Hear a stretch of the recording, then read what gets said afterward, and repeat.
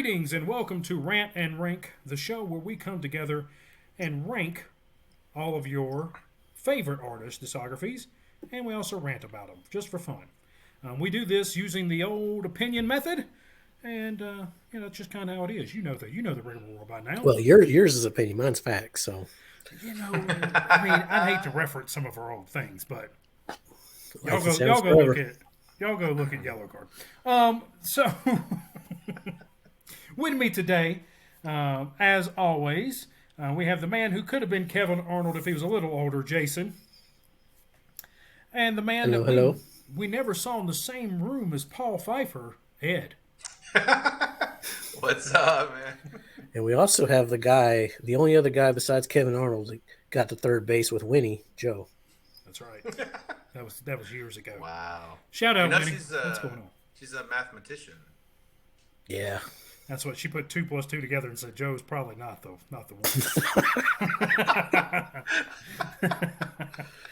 Oh man! All right, so housekeeping. Subscribe to this YouTube.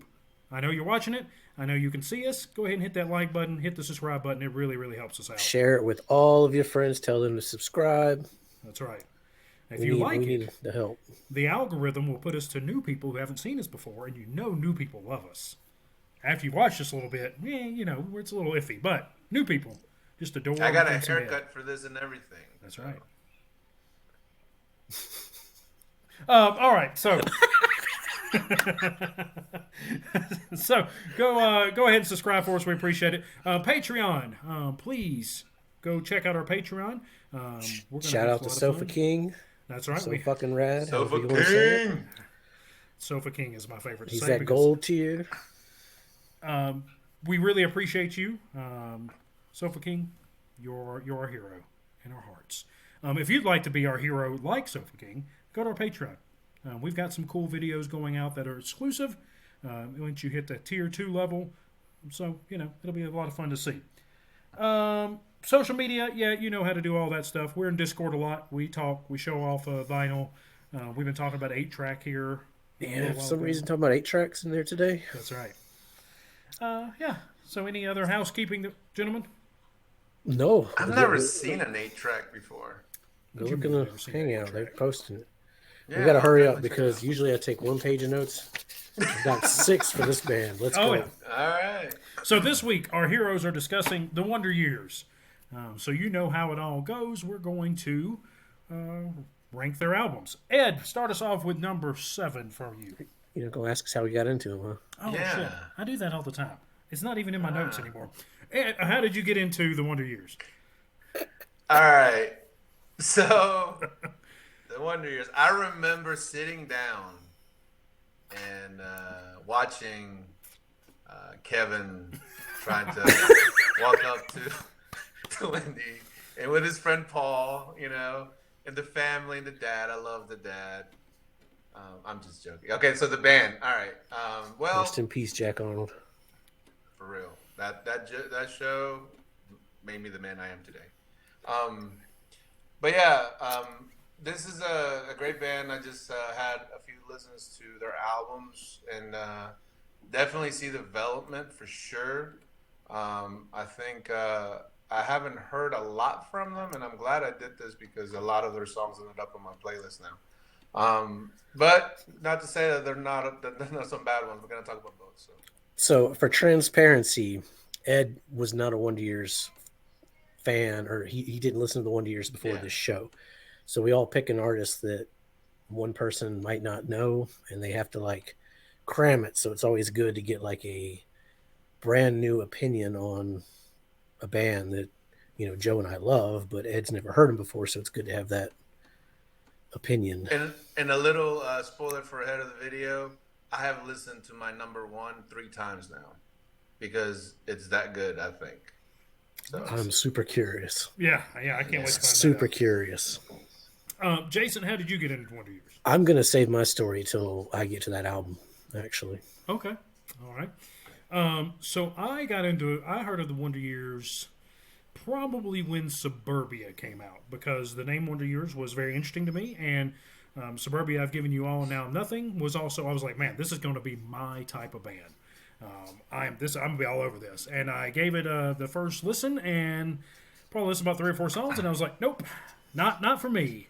And for years, I just kind of avoided them. I kept being like, oh, this is a band I should be into, and I'm not. And last year, The Hum Goes On Forever came out, and Jason was like really excited about it. And I was like, okay, I'm going to give them a fair shot. I'm really going to give it a listen. And The Hum Goes On Forever was one of my favorite albums of last year. I did not sit down with headphones and listen to all of their albums until this. Which is the way to listen to the Wonder Years. Headphones, paying attention to lyrics. You have to. I'll sum up that I got into him at Suburbia. I tried to get Joe into him since then. He just laughed at me and said, nope. Even Cowboy got it before you, so that's saying something. That is saying something. This is right up Cowboy's alley. It's a little. No, you can say that. I was a little shocked that he got into it, actually. Okay, now that we've all done that, let's skip to the part where pretend like I didn't mess that up earlier. Editor, let's go ahead and make sure that doesn't happen. Ed, give me number 7. All right, for number 7, I'm going with Sister Cities.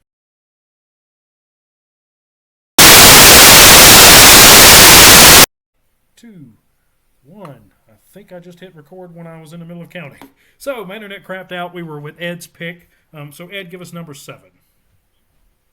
Yeah, well, I'm going with Sister Cities for number 7. Again, it just didn't feel like it was one of their best. It felt more like it was an indie kind of angle, songwriting, performing. I did not have any songs on here that I particularly liked, and that is why I pushed it down there. So, Well, all right, Jason. I'm right there with Ed. Sister Cities. I'm not going to waste too much time on this album. It doesn't have that Wonder Years sound. It's really generic. The title track is probably the best song, but even that doesn't sound like them. Raining in Kyoto's okay, but that's not what I want when I hear the Wonder Years. So I am also picking Sister Cities as my number 7. I actually like Raining in Kyoto. I also like Flowers Where Your Face Should Be. I think both of those songs are good, but this is a really forgettable album. There's we continue with a lot of themes of death and sickness and hospitals, but it's just not it's not as good as anything before it or what comes after it.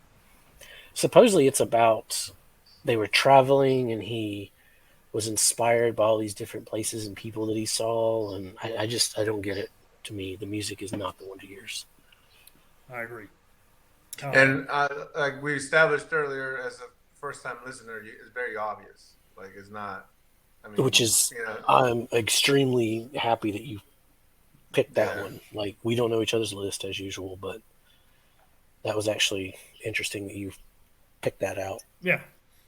Jason, give us number 6. Like I said, I don't want to waste too much time on Sister Cities. It is what it is. Number 6 is going to be Getting Stoked on It.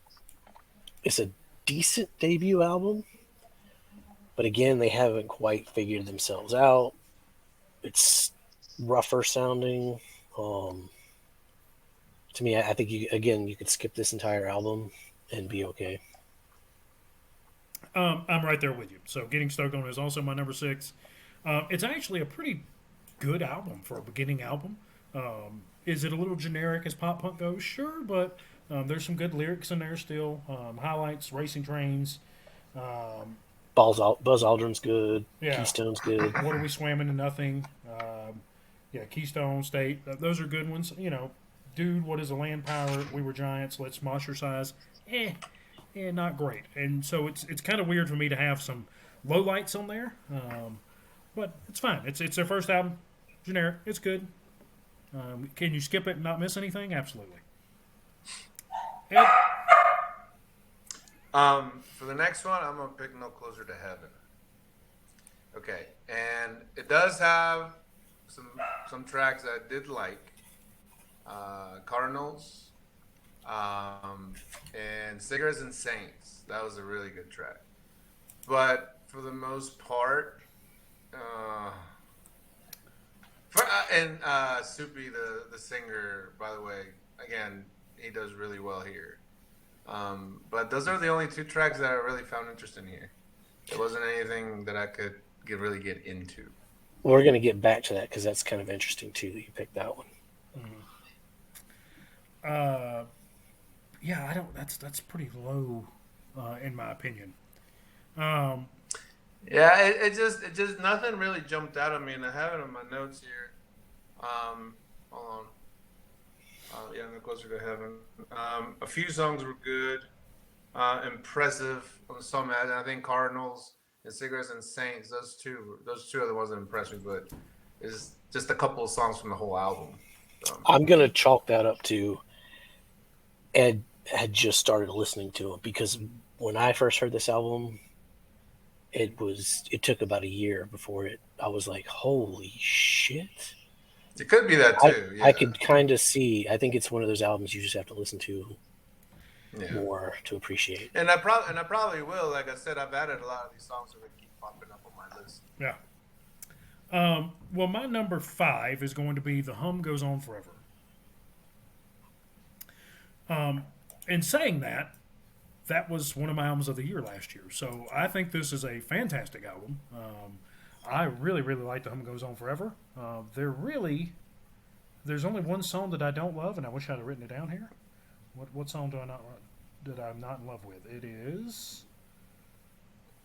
I usually do a little better than this. Maybe it's "The Paris of Nowhere." Yeah, that looks like the only one I didn't gush about. So that's the only song I'm not in love with on that album. I think "The Hum Goes On Forever" is really my first true sit down listening to the Wonder Years last year before I put in headphones and really got into them. So love that album. I think it's great, but there's 4 better. Ed, number 5. I think that's a little low. Yeah. I think. Yeah, I think for that, I think that one is. Well, after listening, it sounds like it was like they were going back to. Yes. You know what I mean? They got into the studio, and the producer said Soupy was like, "I don't know what we need to do," and the guy was like, "Write a Wonder Years album," because it came after Sister Cities, and Soupy's like, "Well, that's what we did. We sat down and wrote a Wonder Years album, and it's a Wonder Years album." Oh yeah, they definitely went back to form on this one. Ed, what's your number 5? And I'm gonna put the Get Stoked on it for number 5. And it's by the way, they seem to really like their crowd noise. Like, you know what I mean? Like, and I love the way they do that. Like punk bands, like well, they do that too. But New Found Glory does it too, and I like it whenever, like, I've always been. I don't know. You guys can comment down below, but like, I've always been curious. Like, it always seems kind of like cheap, but at the same time genius. Because if you put that in your album, fans know when they can sing. You know what I mean? But at the same time, sometimes it sounds really odd, like listening to the album. You know. But anyways, it's got some good tracks on it. What I have here is it sounds like a joke album, like a beginning album. You know. And it's not streaming anywhere, so it's kind of hard to find. The band, I believe, might not want it to be part of their discography, but I don't know. I enjoyed it, but it wasn't their best, I think, looking at everything. So. Yeah. Jason, number 5. I'm going to preface this as everything from this album on are top tier albums. Correct.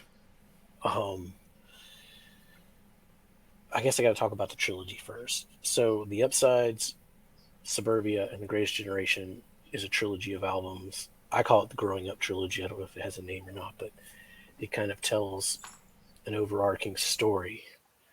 So my number 5 is The Greatest Generation. This is an amazing album, but it's not as good as the others. There is like kind of a slow start. When I remember first time I heard it, I was like, what is this? This isn't Suburbia. But fits. You know, this album is about looking back on that small town as more of an adult, like more of a Yeah. you're not a kid anymore. You're like looking back and Yeah. seeing like, I want to die shoveling snow type. Passing through a screen door, or PTSD is what it's abbreviated to. That song actually references.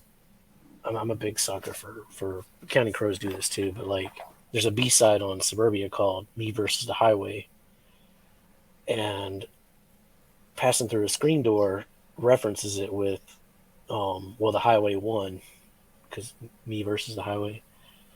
Um, I don't want my children growing up to be anything like me is like one of the saddest things ever because he suffers from anxiety and mental depression, and you can tell this is before he had kids. The hum is after he's had kids, but there's a lot of like, so he's still young, but a lot of the songs are more about growing up. Dismantling Summer is about his grandfather having a heart attack and him not being in town for it. Um, Teenage Parents, that one, the whole album is just fantastic. I mean, Teenage Parents just reminds me of when I was a kid. Like, we weren't too bad off, but we had the reduced lunches. We weren't, rich, and the lyrics in that song are they just hit. Um, Madeline, again, he references Madeline later in the hum, but it's just a friend that he related to, this girl that had problems like he did mentally, and they kind of like hit it off. So he wrote a song about it. Cul-de-sac is about when you grow up and you have friends that you party with, you drink with, and you start to realize that you're growing up, but they're really not. No, yeah, I Like got that too. the Yeah. line is like, "I thought my kids would call you uncle." Well, that didn't Hmm. happen because they didn't grow up. But fantastic, phenomenal album. Just I think the others are better. I'm gonna try and keep it short. Like I said, I got 6 pages of notes. um, Ed, give me your number four. I want to talk about the Greatest Generation a little bit later. But Ed, what's your number four? That's my number four, the Greatest Generation, and that album, it half of it at least from first listen blew me away. That first half, it's got some great music on here. The Devil's Bloodstream, Dismantling Summer, Passing Through the Screen Door, There. Those are great songs. I didn't know much about the topic for Madeline. I think Jason just talked about that though. And Cul-de-sac, that song like hit home. Like I think it hits home with everybody because everybody, I think at one point goes through that. But yeah, it's a great album. It just from the other ones, it just seems like half of I was into pretty much the track Teenage Parents, and then they kind of lost me after that with Chaser and an American Religion, which maybe again I just need to do more listens to. But yeah, that's why I put them there. Gotcha. That was my reasoning too. Is there's a lot of not bad songs, but not as consistent as some of the others. Jason, what is your number four?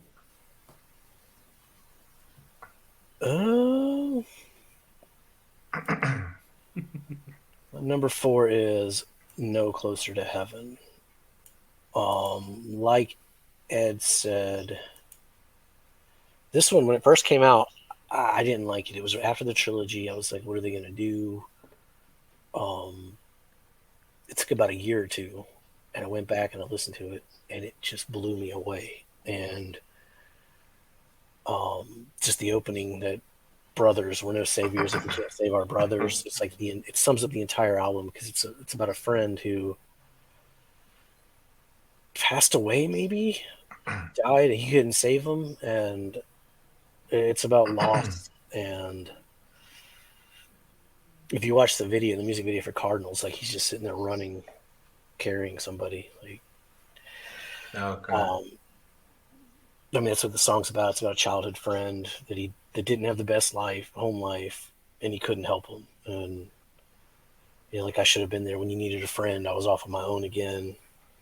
When you're young, it's hard to be there for other people because we're all, when you're a teenager, you're going through your own shit, and you don't really notice when somebody is going through something a lot more serious. I had that nightmare again. You're 7 and helpless, angry as hell. The song for Patsy Cline's great. It's just another song about depression. Talks about people really not noticing what you. I mean, it kind of follows Brothers. I Don't Like Who I Was Then is faster. It's more hopeful. The Bluest Thing on Earth is kind of a more nostalgic song where I think he's talking about a time when the person was alive. I Wanted So Badly to Be Brave. I'll talk about that in a different video. The whole album is just, I know it sounds sad and it is sad, but the music is just very, I don't know, it just hits. Especially if you lost a friend. Yeah, and these guys do a very good job, or the writer songwriter does a really good job of hitting home, like especially with people. Like he knows his crowd, or he knows the people he's writing to. He's I noticed that. he's very literal. Like he tells a story, he paints a picture. He doesn't talk in Yeah, metaphor. It's not like Kurt Cobain lyrics. It's very like you can visualize him in a basement doing what he's talking about. yeah. And I love that kind of songwriting that he does. Yeah, I think he's very, very good with how he presents his lyrics and the pictures that he paints with them. It's it's amazing, especially with the music that goes with it. Like they do a good job of melding what's going on together. Like there isn't like a time where I'm like, oh, the music and his singing do not fit together. It generally is right on point. My number 4 is also Closer to Heaven, or no, Closer to Heaven. I think it's a very heartbreaking album. Number 5 and up are just amazing. All 5 of these albums are top tier. They're awesome. I know Jason kind of talked about it, but to go over a few of the other things, that the way the choir singing opens up on Brothers and that is just I wrote in here is like I love it, but it's making it this has got to be epic now. It's such a good opening. This is gonna have to be an epic album, and it is. It's awesome. They reference he likes to reference a lot of things in these albums here coming up from 4 and above, and even number 5 and above. But there's a lot of talking about bloodstream and the devil in your bloodstream. He referenced that a whole lot. Oh, there you go, Ed. Cotton candy. Cardinals is amazing. A Song for Patsy Cline, awesome. Cigarettes and Saints. He speaks about the priest not knowing a person's name at a funeral, and I can't tell you how many funerals I've been to where the priest has no idea who in hell.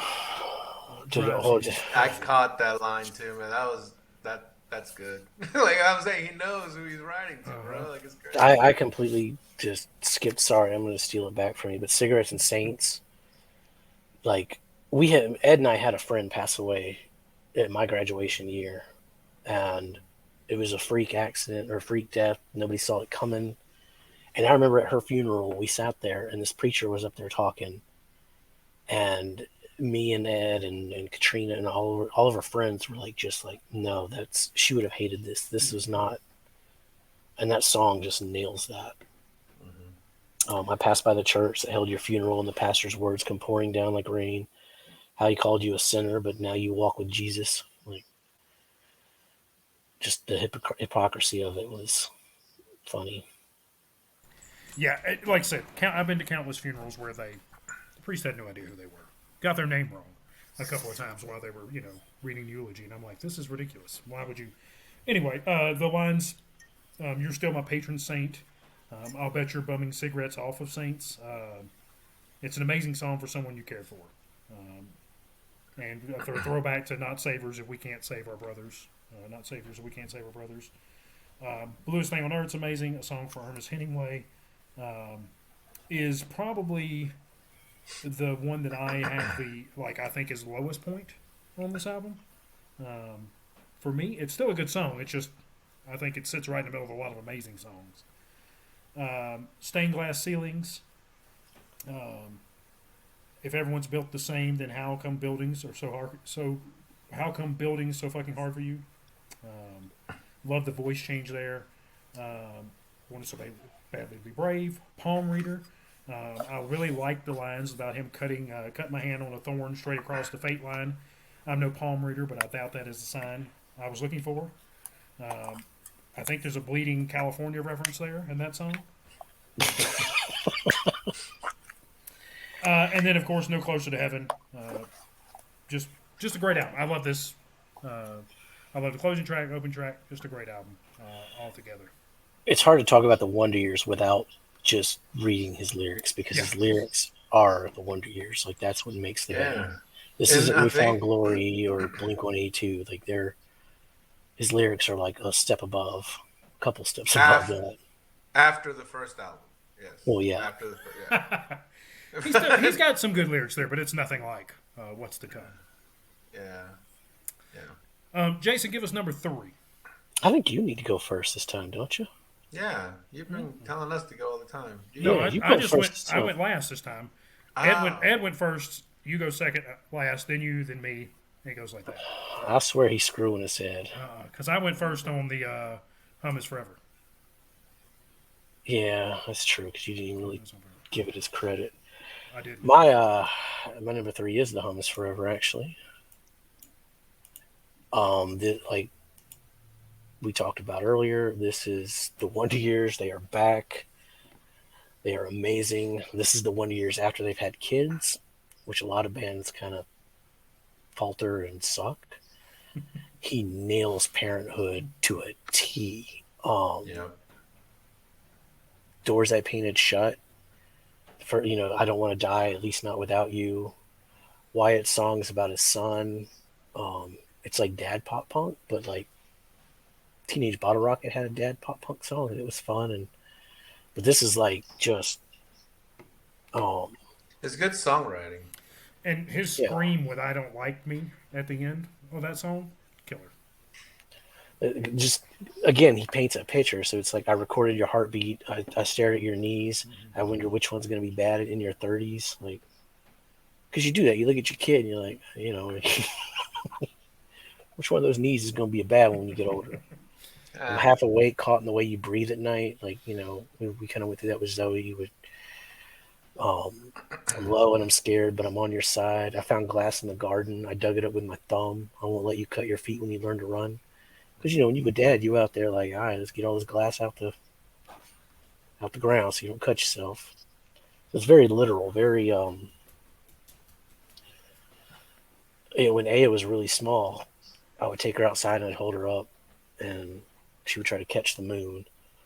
And there's a line in the song where he's like, and you learn to say moon, so you wave from your room.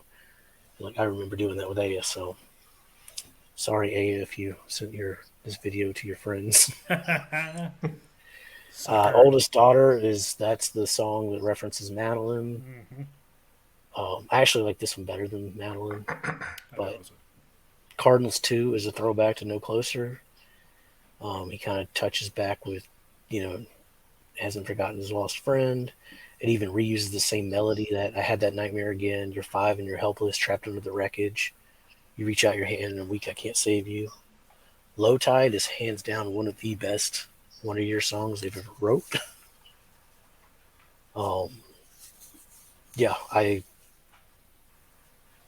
I love this album. Something as simple as I'm growing out my hair because who gives a shit? I love that sentiment. But my favorite line is, I watched the bluish glow of my shadow paint the far wall in the middle of the night. I'm watching Korean baseball, and it's low tide at Serotonin Bay.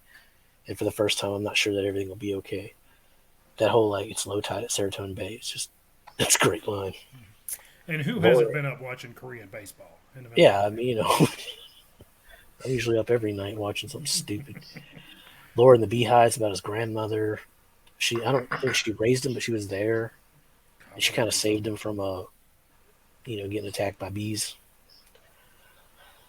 And the closing track, "You're the reason I don't want the world to end." It's just, he had kids, so he's trying to get over that depression and anxiety and all that stuff that he's talked about previously. It's a phenomenal album for a band that has grown up, for a pop punk band. No Found Glory is still singing about girls. So Yeah. The Laura and the Beehive, there's a really cool line in there I like about it, because I know you ask around and worry when you hear the songs. Is one of my favorite things, because it sounds like what your grandmother would do. She hears your songs about depression and sadness, she'll be like, "Oh, I'm worried about him."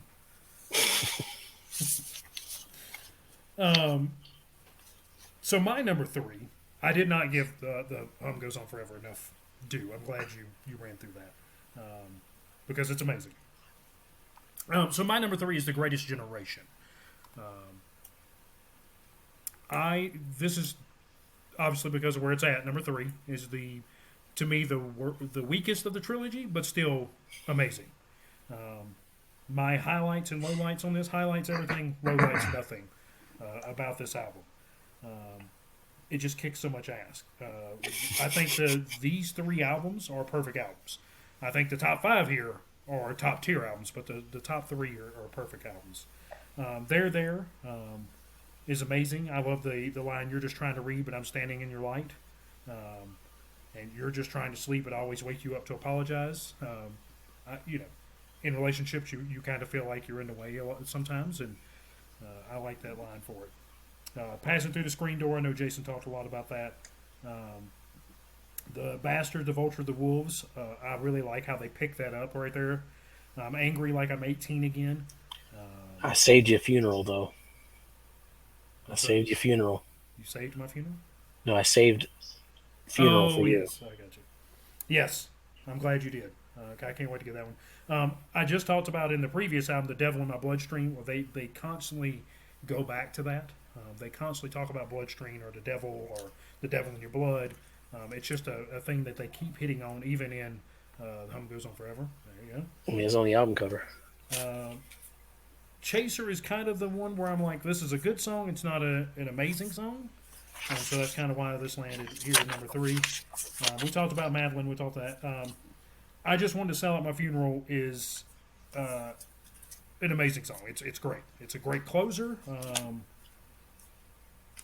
I know I'm going to talk about it further whenever we get to another video here, but just being, I'm scared shitless of failure, and I'm staring out to where I want to be. So bury me in the memories of my friends and family.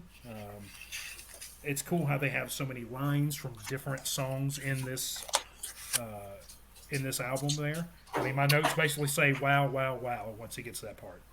I completely missed that the first few times I heard the album, and then I started learning the lyrics and was listening to that last track, and I'm like, "Holy shit, that's from There." Holy shit, that's from Dismantle. What the hell? And he completely writes a whole new verse using lyrics from every song on the album. It's like listening to headphones and having a page of notes in front of you. I mean, that's how I picked it up so quickly. Like, as I heard it, I was like, "Holy shit, this is crazy!" And I was typing as he did it. And like I said, I have like 5 wows in there, being like, "This is amazing." So I love that ending. Ed, give us your number 3. So for number 3, "The Hum Goes On Forever." Oh yeah, that's good. For some reason, all my records are colored for the Wonder Years. I know, that's cool though. Mm-hmm. Are they transparent too, or are they just colored? Some of them are. Most of them are. Okay. Well, yeah, "The Hum Goes On Forever." I think. I mean, I can't say anything more than Jason already did. But it's what I gathered from it. It was coming back from the dip of the previous 2 albums to what they were doing. I think, "Low Tide," "Oldest Daughter." I like their other slow songs a little bit better than they have on here. I was glad they did "Cardinals" too. A lot of times you get songs and they don't follow up with another one. Flogging Molly. Remember they had something part 1. They never put out part 2. I know. What's up with that? But It's that I do like Antissa. this album. I think it's great. I think their sound is solid, and I'm looking forward to the next one after listening to this one. So You and I both. I think that if they continue on that track, on this track, the next yeah, time it's going to be just as amazing. yeah. They need to keep on. This is their pocket. This is what they need to work with. All right, who went first last time? Me. Okay, so it's my turn. See, we know how to do this, right? So my number 2 is The Upsides. So number 1 in the trilogy, that cover just blows my mind. We'll get to that. But starting off with My Last Semester, what a great song. That's such a cool opening. I wish that I hadn't listened to Get Stoked on it, and I just started here, but that's fine. The I'm Not Sad Anymore that just repeats throughout the album is great. Growing up in small southern towns, there was a lot of things that you put up with, like homophobic slurs and racial things and things of that nature that are there, and you kind of feel like you do in this song. Shitty dudes with tribal tattoos. Do y'all remember when tribal tattoos were like Oh a God, thing? yeah. All right. So Logan Circle, just great. We can't blame the seasons. The Blue Man Group won't cure depression. The throwback to I'm Not Sad Anymore. Talking shit in diners. We'll get to diners here at some point. Dynamite Shovel. Everything I own fits in this backpack. New Year's with Carl Weathers. I'd speak up, but I'm waiting for the irony to fall asleep without me.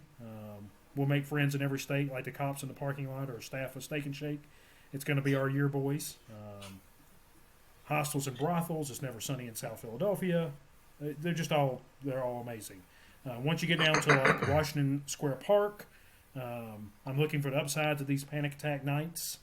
She said, I let this slide when we were younger. You know you don't have to write like this. The world is full of losers. I love that. I left a lot of blood in California. That's where that kind of starts in.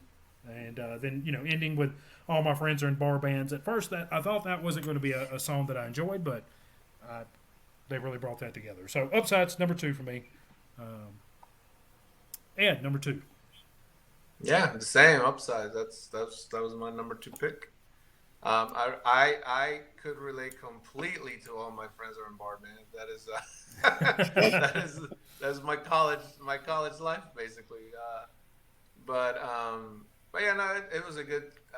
This album came out. When was it? This is 2010. Mm-hmm. So it was definitely.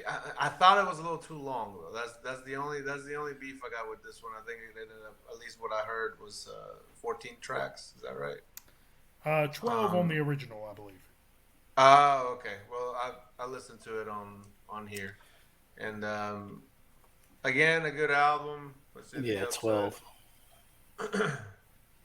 It put it made the band, I think, come out. It's good. Logan Circle, I got it here as a very, very good tune. Bring Upbeat. Growing up feeling confused. That's the kind of vibe I got from it. But I just like the way the singer really nails how. I don't know, like it's like he watched us grow up or something. Like Yeah. he knows. I think it's just he knows the crowd he's singing to, and he's he not knows even about the tribal tattoos, and he knows about like the cul-de-sac thing, and he knows, like, he just knows what to write about. I think it's really clever. And Yeah. he's younger than us, so Really? the time difference is probably like 10 years, but Yeah. maybe not that far. But Yeah, and I'm gonna give it another a thing, like this could have been the collectively 80s. From all these 3 albums or 4 albums, I really like how they experiment with, like, I can't remember which song it was, but one of them, I think it had like a ukulele or something, like Yeah. and like you know what I mean, like they experiment with a lot of things, and they don't push it too hard, they just throw it in there, see if you hear it, and I really like that. So But yeah, this one. he's 36, 37, somewhere in there. Okay, Okay, so so about younger, 5-6 years. yeah. Jason, you're number 2. Well, my number 2 is going to be the Upsides. Joe stole a lot of my shit. Mm-hmm, Ed stole some of it, but this album it nails growing up in a small suburban town, like, and wanting to get out. It's like he was hanging out with us, and he heard Yeah. everything we said. The I'm not sad anymore, I'm just tired of this place as an opening line is one of the, it's like up there with Strung Out, a cup of 2-day-old coffee, and I'm feeling like myself again. Like Joe said, shitty dudes with tribal tattoos, all this mall rat goth shit is killing me. Thought that would end with high school at least. And Yeah. I like how literal he is in his song titles. Like, he doesn't hide shit. Like, he doesn't try to make it sound poetic. It's just like, this is what it's about. You know? And this is, I don't know if you know this, but Soupy is a spreadsheet dork. I mean, I kind of relate. I'm the same way. But he planned out the albums. Like, he has all these notes and a big ass whiteboard, and he, like, that's why it's so connected and so, it's well thought out. It's not just a thrown out pop punk album. But Logan's Circle, this kind of references Suburbia later, but they turned on the fountain today at Logan Circle. I felt something in me change. I was thinking about how we all feel, but the world's not such a shitty place. Because he suffers from depression. That's kind of where this, you don't really pick that up on the first album too much, but something that small as a fountain turning on, like, snapped him out of it. And I'm only pointing that out because it's going to come back later on Suburbia, but everything I own fits in this backpack. Did you catch the Biggie reference? No, I need to listen to that again. Yeah, we got some weaker thans also. He says, this is after they've left, they're touring, they're getting out of Suburbia. He says, the suburbs have abandoned me. I've had the same best friend since '93. Nothing made me feel further away than left and leaving through a blown car stereo, which is a weaker than's reference. And nothing made me closer to home than ready to die through my headphones, which is a Biggie reference. Yeah. Nice. Dynamite Shovel, again, is just another great song about touring. Talking about they had to stop in some fucking a different shitty ass podunk town. New Year's Eve with Carl Weathers is about their van breaking down, which they actually use that on an album cover for their B-sides. But I mean, he paints the picture like, we'll make friends in every state, like the cops in the parking lot or the staff of Steak and Shake. You know, like, they talk to cops at some point. They're like, probably being friendly.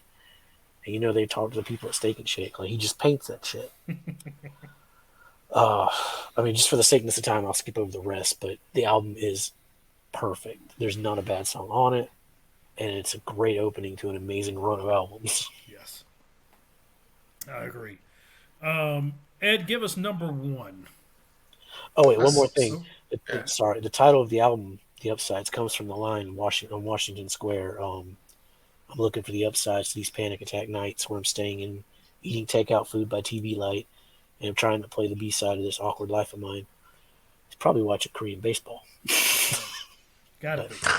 And that's on, and one of the things I didn't mention on All My Friends Are in Bar Bands was them hitting right there at the end. I'm not sad anymore. I'm just tired of this place. And if this year would just end, I think we'd be okay. And I was like, that's good. That's good stuff.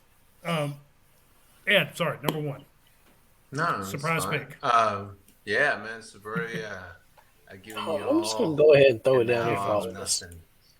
Yeah, I mean, this is clearly their best album. I think and it's not just doing some research on this. A lot of people do not have this as number 1. Some folks have it as number 2. I think it's like lyrically and musically, I think is their best work. Came Out Swinging is a fantastic opener. I think it's one of my favorite. Oh, My Life as a Pigeon, dude, I can't stop listening to that freaking song. It's like so catchy and so According to good. Cowboy, it's My Life as a Duck because That's right. he thought it was Hank the Hank the Duck. Duck. Oh my gosh! All right, well, what's up, cowboy? Uh, It's Hank the Duck. well, yeah. Anyways, hoodie weather, suburbia, coffee eyes. Now the one that I listened to actually had a couple of acoustic tunes. I don't know if the records you guys have them or not, but the woke up older. I like that one acoustic. I think it sounded really good, and his voice sounds so good on this record. Like it's. I know he sounds good throughout, but maybe the songs I don't know the way it was recorded. But I really enjoy the tones of the guitars on here. My notes I just have excellent by this album. I have really nothing bad to say about it. I enjoyed it. Like I said, I listened to it like 3 times, and I'm looking forward to actually listening more and diving more into the lyrics and having to know what you guys have to say about it. So, All right, Jason. I cannot stress how much this album means to me. It would be in my top 50 albums of all time, which doesn't sound too high, but I'm old and I listen to a lot of music, so top 50 is pretty high. This is how I got into the Wonder Years. I was about to travel out of country for a job, and I needed some new music for the plane ride. And I saw a video. It was a live performance of Come Out Swinging, and I wish I could find that video. I don't know what happened to it, but it's a live version. There's a lot of piano in it, and I was like, man, that's a really good song. So I downloaded Suburbia, and I downloaded Lemon Zinger's On the Impossible Pass, and those two albums like saved that time frame of all that travel, because when I got back from Italy, I had to go up north. Conveniently, it was Pennsylvania, which is where the Wonder Years are from. But Soupy was at a different stage of his life when he had this album. He was, still a kid growing up, getting out of suburbia, whereas I was more of like missing. I had a wife, I had a 5-year-old, and it was a really rough time. And those two albums just sitting. Came Out Swinging. It kind of sums up the upsides like in one bundle to me. It's about missing home to an extent. I spent a whole year in airports and on the floor feels like home. At least we're never alone. Talking about us bandmates. I lost track of the time zones. I'd call you, but and the way the music slows down a bit, and the late nights and the long drives start to get to me. I'm just so tired. I spent this year as a ghost, and I'm not sure what I'm looking for. A voice on the phone that you rarely answer anymore. I mean, that just fit my life at the time because, I'd call and it'd be like 1 o'clock in the morning, and the kids asleep and Kim's half asleep, and time zones are all fucked up. Woke Up Older is just another great song. Hey Jess, I woke up older, carrying 2 years in these bags under my eyes. I mean, I got bags under my eyes because I'm old.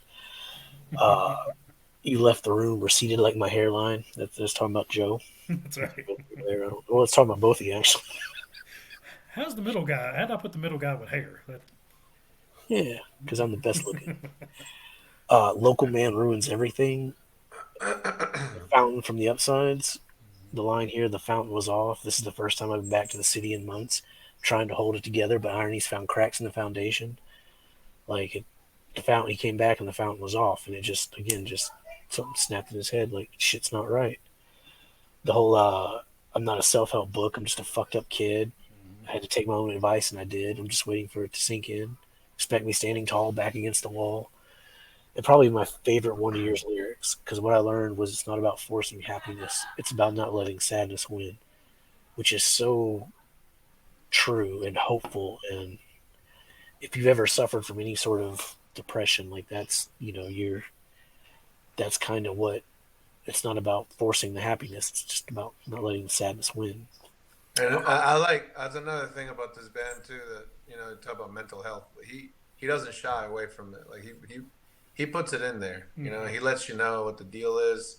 He's sad. It makes him like he doesn't try to hide it. I think That's pretty that's courageous. his fan base is very like I mean they're very like supportive and like they've got a Yeah. great fan base. Again, my life as a pigeon, that's highly relatable because I'm from the South. We didn't really deal with snow, but I worked out of Cranberry, Pennsylvania for a while, and I had to get up and go to work. It was like, this is how I'm spending 6 a.m. scraping ice off a windshield, freezing. I'm late to work again. Another double shift. I'm going to pull my weight is what this is. Because I remember I was out there scraping snow like fucking Wonder Years, man. They know what's up. Summers in PA. I mean, I could talk about every song on this fucking album. This is the song that I got Cowboy into with the Wonder Years because and it was like a warm summer. I was in my mom's backyard playing this little shitty gray boombox. I don't know if y'all remember it, little CD player. I was like, Cowboy, you gotta hear this. And it clicked for him. And he references Denny's in this song again, which that'll come back later. I'll let Joe talk about that one, I think. I won't say the Lord's Prayer. It's about small church hypocrisy. If you grew up where we grew up, you saw it all over the place. And Bay Minette and Daphne and Don't Let Me Cave In is about struggling with a long distance relationship, which I mean our marriage was great. We survived it, but it's very, very hard to go through a long distance relationship. I mean Joe knows because he travels all the time. Yes. There comes a day when you rectify who you are and with who you want to be with, and I can't make these two things coexist. It's so fucking sad. Long distance is extremely hard. You made me want to be a saint. That's kind of a predecessor to No Closer to Heaven, I think. He's talking about a friend that he lost. Hoodie Weather is this is kind of like the turning point of the album where it starts to get into the greatest generation of like, suburbia is really crappy and it's a shitty town, but it's home. And even Daphne, I mean, I love Daphne. I hated it. Small, crappy town, wanted to get out, but once you get out, you miss all your friends. You miss your hangouts, your places, the time. Yeah, I could talk about this album this album is perfect. Like, everybody should listen to this album. Yes. Go ahead, Joe. Follow that up. Yeah. So, and obviously you talked about a lot of these songs. I mean, they're amazing. Came Out Swinging's a great opener. Vocal Man Ruins Everything. Him referencing the fountain and it's about not letting sadness win is like bold in my notes as a great line for it. Suburbia, every business on Main Street collapsed except Morgan's mom's place. The whole town feels dead, and I can't blame it. Just growing up in small towns that a Walmart came in and the town died, except for somebody's flower shop or there was one business around a bunch that were just shut down. And I grew up in a lot of towns like that. My life as a pigeon. This is the shit they don't teach you how to deal with. Hashtag my life is a duck. That's right. Summers in PA. I won't say the world's prayers. Coffee Eyes. So, Coffee Eyes has a lot of meaning. I think to Jason, I know specifically. Ed, you were off being Ed an was adult. there. For I mean, most he of the time, he hung together. out. He hung out with us at Waffle House. Wow. Yeah. The Waffle House? Shoot. Waffle Rats. So we spent a lot of time there, and we had a patty. We had Store a Miss Patty. 365. Yeah, we actually had a Miss Patty. Yeah, she was great. She liked to call us the J&J, Jason and I. So, but we spent a lot of time there. And the line, and she asked where the hell we've been. You used to come here every night. It's not the same without you kids. That could have come straight out of Miss Patty's mouth. There's always been a table for me. This was the place to call home. And we spent many a night at Waffle House and spent a lot of time working there. Unfortunately, also. Through coffee eyes and blank stares. I spent a lot of time eating there. Yeah. That's all I did. And drinking coffee. This was a That's body actually- built by waffles for a long time. That's actually how Joe and I met, was through Waffle House. Yeah. We were working together. We struck up a conversation about the Counting Crows in Jurassic Park 3 because it was in theaters, and we were like, I was like, you like Jurassic Park 3? Like, yeah. What about the Counting Crows? Oh, I love the Counting Crows. Let's go. and Mario Kart, which we'll tell you a fun story about that one day. Ooh, Hoodie I'm gonna tell weather. that story. Well, we're going to edit a little bit of it, but Yeah. hoodie weather. It smells like it should be snowing. I know that smell very well nowadays. Frequenting a diner where the girls you went to high school with work and now have a drug problem. That's straight out of like small town Alabama stories. Like cigarettes dropped on a highway, they smash and scatter and burn out. I've got my grandmother's veins in the back of my hands. Another thing about California and leaving blood there. Another reference there. I really like the closing track, the talking about every year someone stealing baby Jesus, and it's just become a fun tradition now instead of like people getting in trouble. But an amazing album front to back. I mean, the highlights They, once again, everything. Lowlights, nothing. they are. It's an album. It's a band. Honestly, you can go back and listen to, and you catch something new every single time. Like the whole album is based on an Allen Ginsberg poem. Because there's actually 3 short songs. One of them's Yes. called Suburbia. One of them's called Giving You All. One of them called And He Left Me With Nothing. And they all loosely tie together, like woven in between the album. Like, it's just a genius record, and everybody should listen to it. It's not. It may be pop punk, but it's not Sum 41 or Yeah. Whenever you look up the Wonder Years, it says pop music. It doesn't say punk, like pop punk. It just says pop. That threw me off too. I was like, what? Like when I was looking for the band, I don't know if you can Google it, but I was like, I mean, because they're not just yeah. pop, You know, the internet also said Thrice was emo, so who knows? That's right. So quickly here, Ed, give us your closing thoughts. Yeah, no, I mean, I'm glad I got to listen to these guys. They seem fun, and again, that I like to see growth in the band. They've obviously grown. They learned from their mistakes, and they came back with a great album. I enjoyed the joke, and by the way, they never lose a sense of humor too, because they kind of seem to follow, like they splice it up in the albums. They have a lot of it in the first one, but then like they seem to be clever enough not to do the same thing. Yeah. And I like their slow. They have it's not just all, you know, upbeat. They have some slow stuff too that I enjoyed. So I'm definitely gonna keep listening to these guys and recommend everybody does too. I mean, if you get a chance, check out their acoustic. They have 2 acoustic EPs that just got Yeah, Coffee Eyes on it, Cardinals, Dismantling Summer. Like those are they're really good acoustic too. Yeah, for judging from the amount of slow ballady songs that they had, like they should have like some. I was gonna say like the acoustic sounds like a good deal for those kind of songs. You know, the Cardinal would be perfect for it.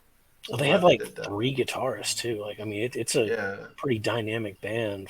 There's like yeah, 7 of them, I think. yeah. So if you've never heard of them, it's not just pop punk. They're very clever with their 6 of sound them. and their singer. I mean, the fact that he can go from different genres. I mean, that's impressive. You know, not everybody can do stuff like that. So Absolutely. but yeah. Jason, relatively quickly, your closing thoughts. I mean, my top 5 are all you could just pick up and listen to. Like they are amazing. Definitely listen to like the Upsides, Suburbia, Greatest Generation in that order Yes. because it tells a story. It's about growing up, adolescence.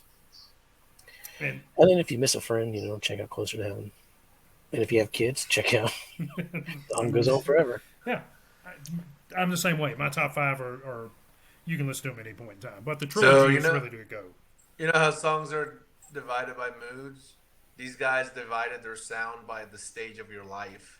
Yeah. You know, like Yeah. if you don't have kids, it's here. If you have kids, it's clever. Yeah. And so going through and listening to them, they have definitely become one of my top 5 bands of all time because I thought they were. This has been a great listen for me for them. It was very, very enjoyable to I'm glad they get into it. finally stuck. I've only been trying since 2012. I don't know where I've been. I don't know why. But they didn't stick at that point, but now they have. So there you have it. That is the definitive ranked albums of Wonder Years by your favorite YouTubers here at Old Drunken Discography. Thank you so much for watching. We really appreciate every one of you. Please like, subscribe, especially you, Big Sam. And make sure you tell Zach Braff. You know, the guy from Scrubs and Garden State. He seems pretty cool, right? I mean, surely he would want to know about us. So go on your Twitters or your TikToks and send our man Zach Braff an at with a I link to our can't do this YouTube. all on my own. He will thank you for it. Also, Mr. Braff, if you are watching and you want to be a part of the show, tell us your favorite artist. We'd love to have you. Until we see you next time, though, please tell us your ranks in the comments below.